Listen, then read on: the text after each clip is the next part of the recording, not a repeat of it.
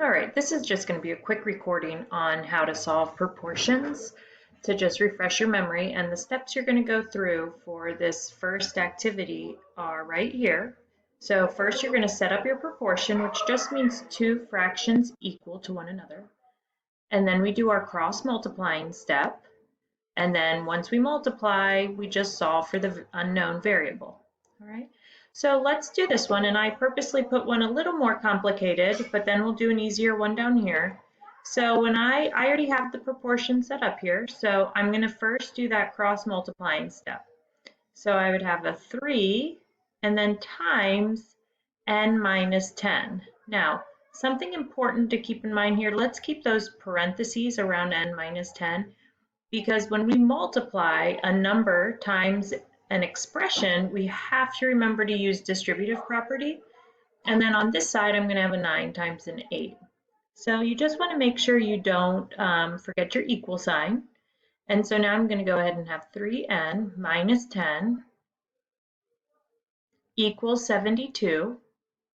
And now we just, and I forgot to distribute, so 3n minus 30 equals 72 because I had to multiply the 3 and the 10.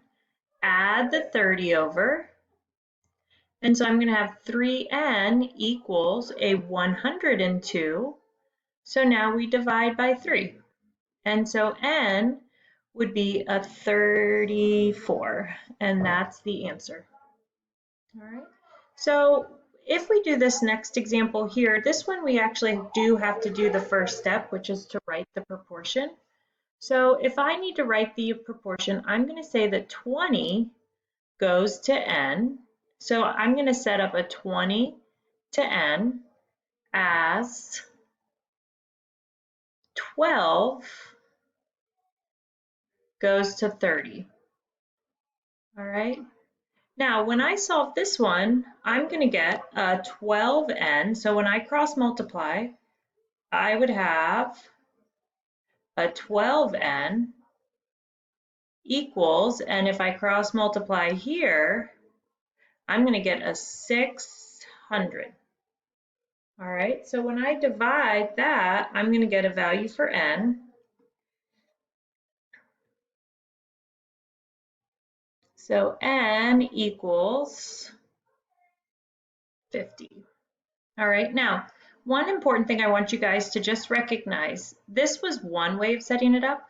We actually could have set this one up another way too. I could have said that 20 goes to 12. So if I want to just look at